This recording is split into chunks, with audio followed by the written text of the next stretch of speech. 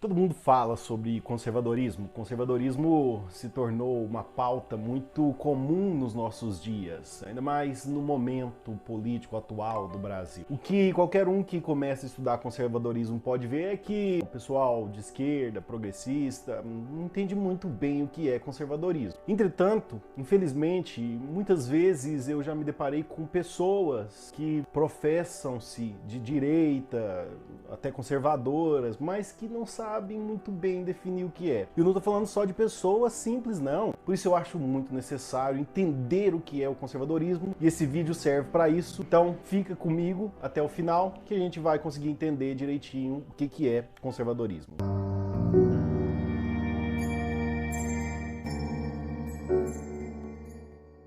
A primeira coisa que eu tenho que dizer é que é difícil definir o que é conservadorismo. Você tem alguns títulos, eu vou colocá-los na descrição para quem quiser adquiri-los, mas você tem alguns títulos, explica o que é conservadorismo, algumas figuras assim enormes, gigantes, justamente buscando ilustrar, explicar pra gente o que é, no final das contas, este tal de conservadorismo. Entretanto, há uma série de diferenças de ideias entre esses mesmos conservadores. Isso faz com que o não pesquisador, a pessoa que não é um acadêmico, que não é um estudioso do assunto, tal, fica um pouco confusa, porque de repente você pegar dois títulos, vai parecer que eles estão definindo conservadorismo em termos um pouco diferentes. Algumas pessoas dizem até que conservadorismo não tem de fato uma definição, é mais um espírito, uma certa inclinação, uma forma de mentalidade, coisas nesse sentido. Bem, pode ser em certo sentido. Entretanto, eu quero apontar alguns elementos que me parecem cruciais, essenciais, ou seja, elementos que qualquer conservador que você pegar, ainda que ele tenha muitas diferenças com outro conservador, você vai sempre ver esses elementos nesses conservadores. Importante, isso não quer dizer que se você ver um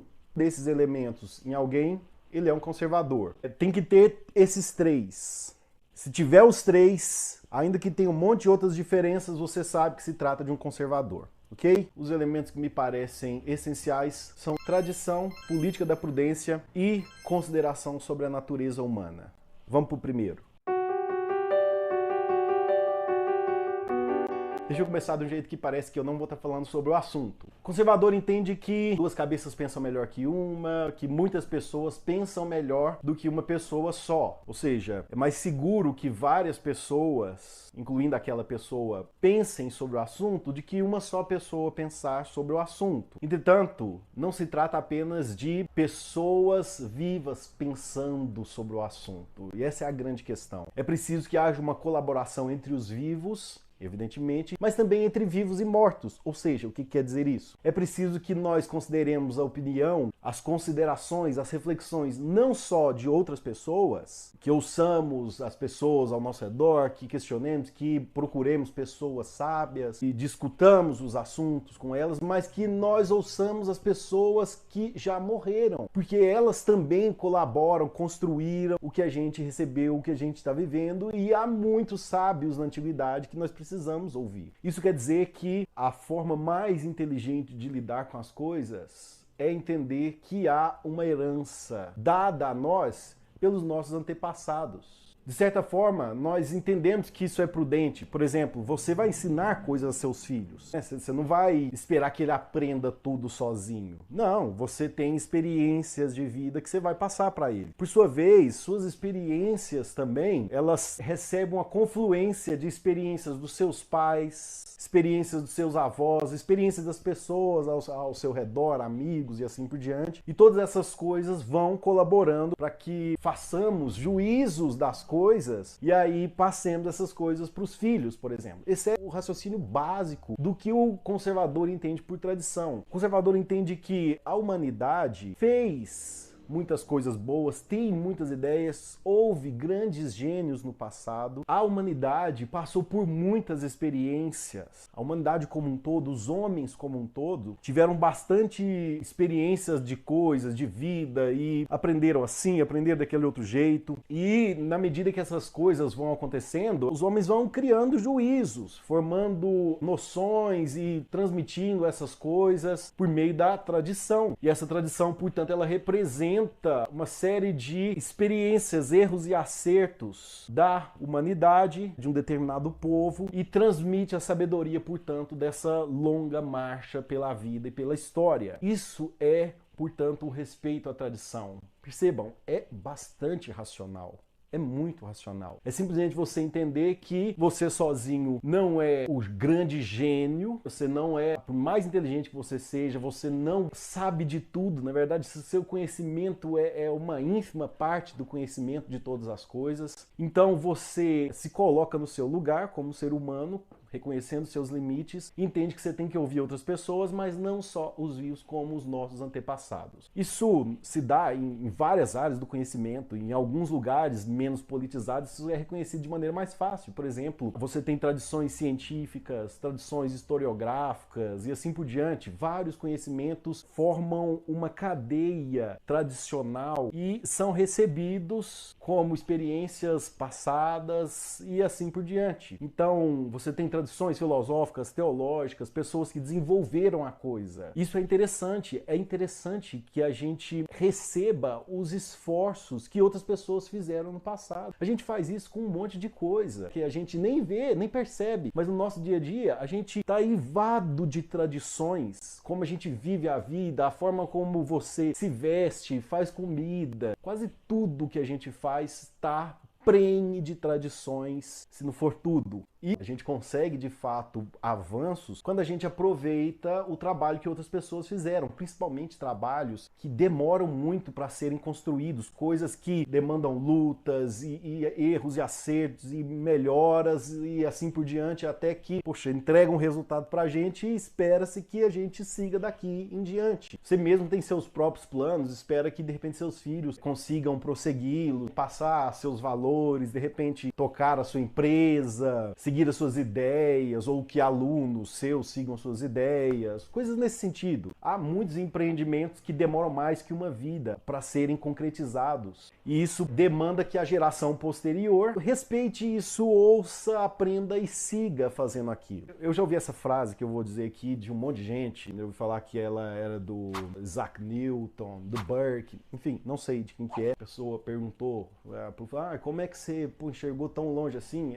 Porque eu estava sobre o ombro de gigantes. O que isso quer dizer? Você enxerga mais longe quando você aproveita o que o passado trouxe de bom, a rica herança do passado, e aí você pode, de fato, progredir, porque você não vai inventar as coisas tudo de novo, sozinho, por sua conta própria. Então você vai para um assunto tal, não seria melhor se muitas pessoas já tivessem discutido o assunto, você pegasse toda essa discussão, em vez de você mesmo fazer por si mesmo e talvez não chegar nem aonde a discussão se encontra no momento. De repente você quer, não, eu vou pensar, elaborar as coisas tudo por mim mesmo. Puxa, quem estuda a história da discussão, por exemplo, está muito mais avançado, chega muito mais longe que você. Não seria melhor você pegar essa história toda, julgá-la, avaliá-la e depois tentar ver se você consegue produzir algum avanço a partir dali? Percebam aqui que eu falei sobre progresso. Muitas pessoas entendem que o apreço pela tradição é uma forma de conter o progresso, quando na verdade é uma condição sine qua non para o progresso. Mas eu não vou falar sobre as compreensões erradas do que é conservadorismo e as pessoas tomam conservadorismo nesse vídeo. É um vídeo que eu quero fazer depois, então se é uma coisa que você quer muito, você fala, poxa, esse vídeo está muito legal, segue falando sobre isso aí, coloca nos comentários, que aí, vou ver que tem muita gente querendo e eu já antecipo esse vídeo antes de outros que a gente pretende fazer por aí, ok? Vamos seguir para o nosso próximo tópico, que é a política da prudência. Dizem que há uma linha tênue que separa a genialidade da loucura. Bom, também há uma linha tênue que separa a coragem da tolice, da irresponsabilidade, insensatez. Essa é a grande questão para o pensador conservador. O pensador conservador preconiza a prudência como um valor indispensável para se pensar política, para se pensar sociedade, para se pensar quaisquer mudanças que se queiram. Isso quer dizer o quê? Isso quer dizer que o pensador conservador tem que ter paciência, sobriedade, sangue frio, para não se deixar levar por entusiasmos, empolgações que nos levam a fazer coisas irrefletidas. Essa é a grande questão. A política da prudência, ela é basicamente a política do ceticismo. A política da prudência é a ideia de que ideias mirabolantes, coisas nunca vistas antes, nunca testadas em toda a história da humanidade, ideias radicais que mudam absolutamente toda a estrutura da sociedade, são perigosas. Por quê? Porque podem não dar certo. Mas tudo bem, não dar certo uma ideia não é grande... Não, mas o problema é o seguinte, quando você faz uma mudança nesse nível, quando você faz mudanças estruturais, quando você muda tudo, pode acontecer das coisas ficarem muito piores e irreversivelmente piores. O que isso quer dizer? Quer dizer que as coisas podem ficar de uma maneira tal que não podem mais ser revertidas. A gente não pode mais voltar atrás no que aconteceu. As coisas foram mudadas de tal maneira que, de repente, tudo ficou desorganizado e a situação fica tal que nós não podemos reverter, pelo menos não a curto prazo, os estragos. A política da prudência também considera que nesses grandes planos mirabolantes, dada a limitação da nossa perspectiva e conhecimento, podem haver, isso é muito comum de haver, erros não previstos.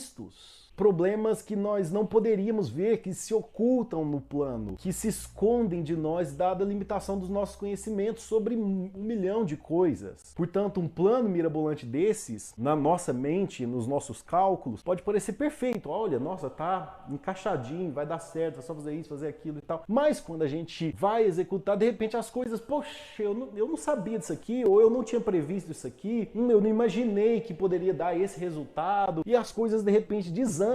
A política da prudência, portanto, evoca um gradualismo para que a gente faça mudanças significativas. Isso quer dizer o quê? Que nós podemos pensar em algumas mudanças, mas vamos dar uma olhada. Vamos dar um passo de cada vez, firmando o pé no chão para ver se está tudo certo. É como andar, por exemplo, sobre um lago congelado. Você tem que pôr um pé, firmar, ver se está tudo bem. Coloca outro, vê se está tudo bem. A ideia é que se de repente um rachar, de repente você coloca o pé e o trem começa a ficar esquisito, você pega e fala, opa, peraí, aí você consegue voltar atrás. Essa é a ideia. A política da prudência é a ideia de que se nós formos dando passos graduais em direção às mudanças que nos parecem adequadas, se alguma coisa der errado, a gente consegue identificar mais fácil o que deu errado e a gente consegue voltar atrás e ir por um outro caminho, pelo menos a partir daquele momento ali que surgiu alguma coisa errada. Portanto, ela nos dá mais condição analítica de perceber e entender os problemas de determinado percurso e ela nos dá a capacidade de consertar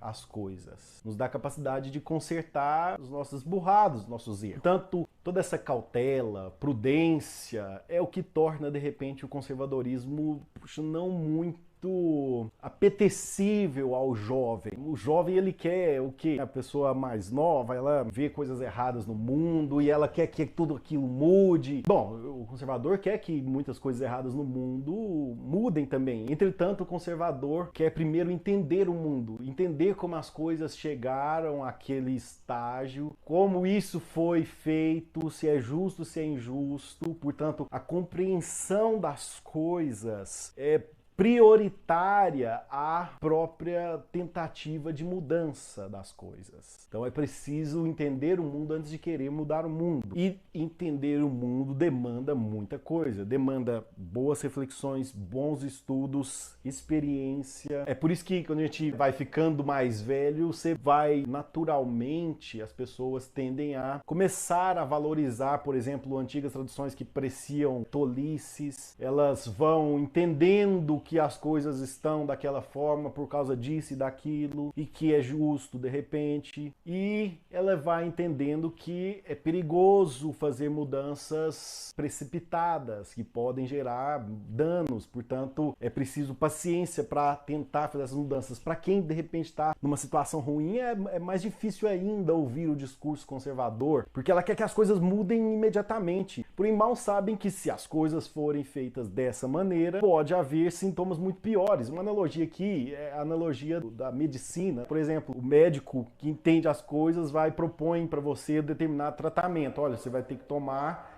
esses comprimidos, tal dosagem de tanto em tanto tempo para você melhorar. E aí você fala assim, eu vou tomar mais um monte desses comprimidos aqui para melhorar mais rápido, porque você tá sofrendo a dor. E aí você afoba. Só que a hiperdosagem de repente causa muito mais problemas, não resolve aquele, te causa muitos outros problemas e aí você vai ter que tomar outro, vai ter que passar por não só essa dor, mas uma outra, talvez as duas juntas, talvez uma pior substituindo a anterior. Foi uma tolice agir dessa forma. Por isso, da mesma forma na vida política e social, de repente determinadas ações que alguém parece para alguém óbvia, não é só fazer isso e tal. Por exemplo, eu já cheguei a pensar quando eu era moleque assim, mas só imprimir dinheiro. Tem gente que ainda pensa assim hoje. Qualquer pessoa que entende economia sabe que daria um problema. Aliás, um assunto que eu posso falar também se vocês quiserem no outro vídeo. Então, assim, olha, imagina, um monte de gente ia pensar, só fazer isso e tal. E se der tudo errado? E se der muito mais problema? Nesse caso, daria, por exemplo. Então, isso faz com que o jovem que queira mudar tudo, queira mudar o mundo e tal, ele fique um pouco decepcionado com o discurso conservador. Mas, como diria o nosso recém-falecido Sir Roger Scruton, os conservadores são chatos, mas estão certos. E se você está gostando do vídeo, dá um like. Isso vai ajudar esse vídeo a chegar para as pessoas. Se você está achando esclarecedor, dá um like, cara. Isso aí ajuda o canal a ser entregue pelo YouTube para outras pessoas e esse conteúdo ser divulgado, e você mesmo pode fazer isso. Se você estiver gostando do vídeo, você fala, pô, esse vídeo é bastante legal, compartilha ele com alguém, fala, deixa eu entregar para outra pessoa ali, deixa eu, né, um amigo meu precisa de ouvir isso aí, compartilha, que isso aí vai ajudar a gente e vai ajudar outras pessoas também, beleza? Vamos pro nosso último tópico sobre a natureza humana.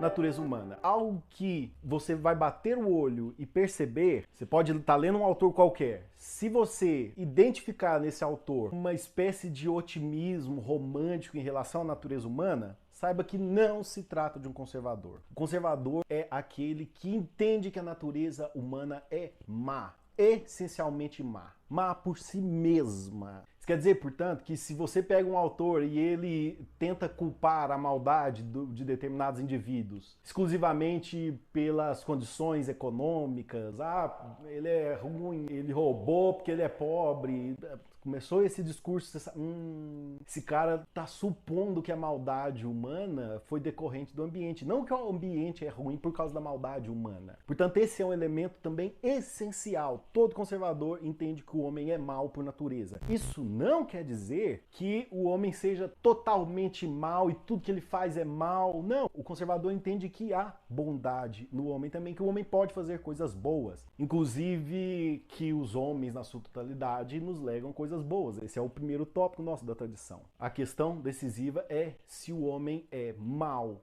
por natureza, por si mesmo, ou se é o ambiente que faz ele mal, se de repente é os pais dele que fizeram ele ser mal e assim por diante. Percebam, para o conservador essas coisas todas influenciam e podem de fato ensejar tendências, oportunidades e assim por diante, mas no final das contas, o homem é mau por si mesmo. Essas coisas não desculpam o homem. É por causa desse elemento sobre a maldade humana que o conservador é bastante cético em relação a entregar grandes somas de poder para os homens. Entende-se que homens com muitos poderes é algo muito arriscado. Entregar todos os poderes nas mãos do Estado é entregar o poder na mão de poucos homens e esperar que eles sejam bons e façam a coisa certa. O pensador conservador jamais vai propor uma coisa dessas. Por quê? Porque ele desconfia sempre das boas intenções declaradas pelo político. Ele desconfia das boas intenções professadas pelos homens. O conservador é cético em relação à bondade humana. Qualquer plano de governo que nos faça depender de uma certa expectativa na bondade humana e que as pessoas vão cumprir sua palavra, que o poder não vai corrompê-las,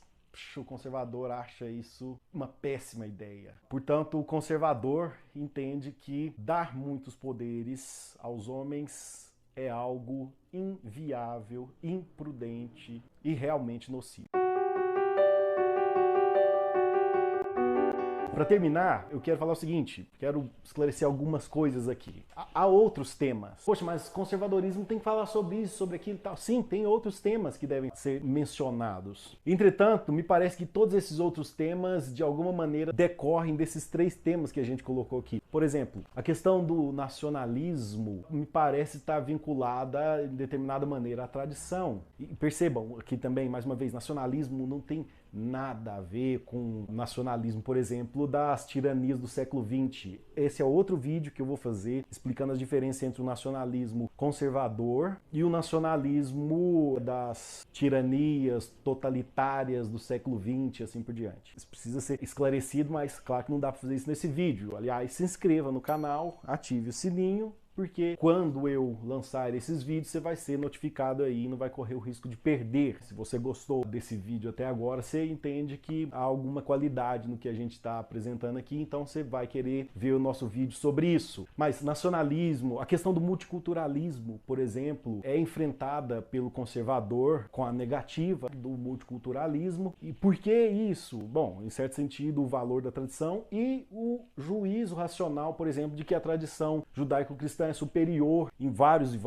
aspectos e assim por diante. Mesmo que o conservador não seja cristão aqui, nem católico, nem protestante, nem nada, ok? Portanto, outros temas vão demandar outros vídeos, mas eu espero, na ocasião, mostrar que eles, de certa maneira, estão relacionados a esses 3 elementos essenciais do conservadorismo. Outra coisa que precisa ser salientada é que esses 3 elementos estão muito correlacionados. Você percebe que a questão da prudência envolve a questão da maldade humana, e por causa da maldade humana você toma mais espírito de prudência. Você percebe que uma consideração sobre a natureza humana e as limitações do ser humano, por exemplo, se correlaciona à ideia da tradição, que entende as limitações de um indivíduo, de um ser humano em particular, uma pessoa só, em relação ao conhecimento de toda a história e o conhecimento humano na história. Então, essas coisas estão relacionadas, é importante observar isso também, mas também é coisas que a gente pode observar em outras situações. E, por fim, evidentemente, se você perceber, o conservadorismo preza por um certo realismo. O que eu quero dizer com isso? Um realismo em relação à natureza humana. Não há nada romântico e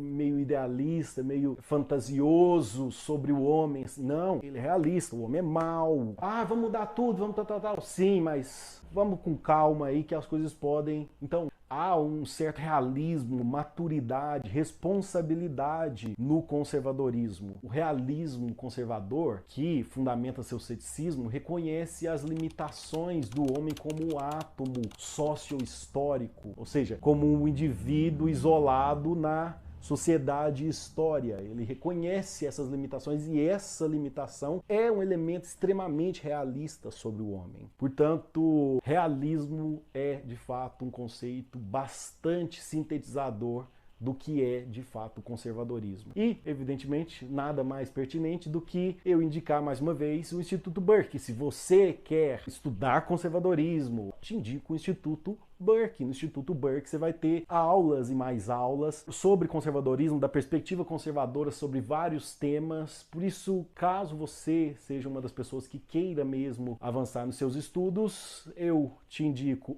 continuar seguindo o nosso canal, mas sempre vai haver vídeos sobre isso aqui, e assinar o Instituto Burke e já ter lá à sua disposição um número enorme de aulas para você se aprofundar. Ok? Então é isso, pessoal. Vou ficando por aqui. Até semana que vem.